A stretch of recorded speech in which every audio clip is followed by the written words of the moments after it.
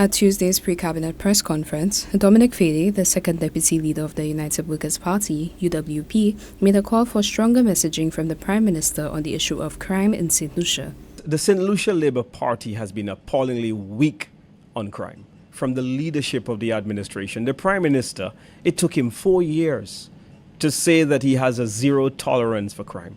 And that is not enough. You've got to send a very clear signal from the beginning. You're the Prime Minister. You've taken an oath to protect the country and to protect the people in the society. And what you have to do is to make sure you let criminals of the country know that you are tough on this and that there is no room in an administration that you're presiding over for corruption at the government level, for corruption within the police force, or for corruption in the general society. He asked for comparison between Pierre's rhetoric and that of Andrew Holness, the Prime Minister of Jamaica, who has called for a regional and global, quote, war on gangs, unquote, borrowing from the global war on terror led by the United States of America, which itself is said to have resulted in human rights atrocities, geopolitical instability, and anti-Islamic extremism. I, for example, want to draw a stark contrast between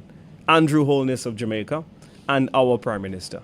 And you put the public statements made side by side by those two individuals, and you will walk away with the very clear impression that Philip J. Pierre, who has often told us that he is not the police officer, he has removed himself from being responsible for the crime situation in the country, while what he should be doing is coming up on a daily basis with solutions. He should be obsessed with winning crime. He should be more concerned. Look at last night on the press briefing what he said.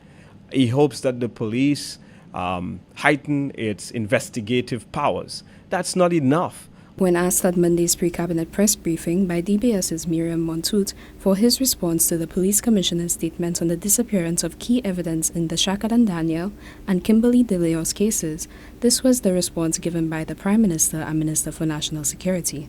Of course, I must be concerned. Everybody should, not only the Minister of National Security, everybody should be concerned about it.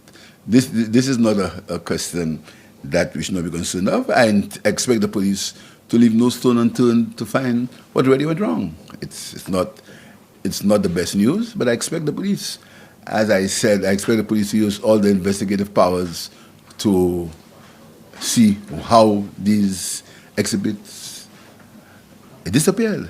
He went on to express his condolences to the families of the deceased victims and underscored his expectations of the police with regard to the issue of apparent obstruction of justice. I want to express again my condolences to the relatives of people who lost their lives. And that happened when I was not Minister of National Security. There was a Minister of National Security at the time.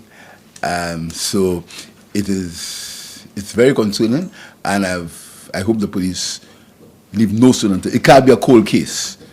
That can't be treated as a cold case. It must be. We must find ways and means. The police must use all the investigative powers at their disposal to see how they can get to the bottom of that situation. But very concerning to me, and should be concerning to the entire country.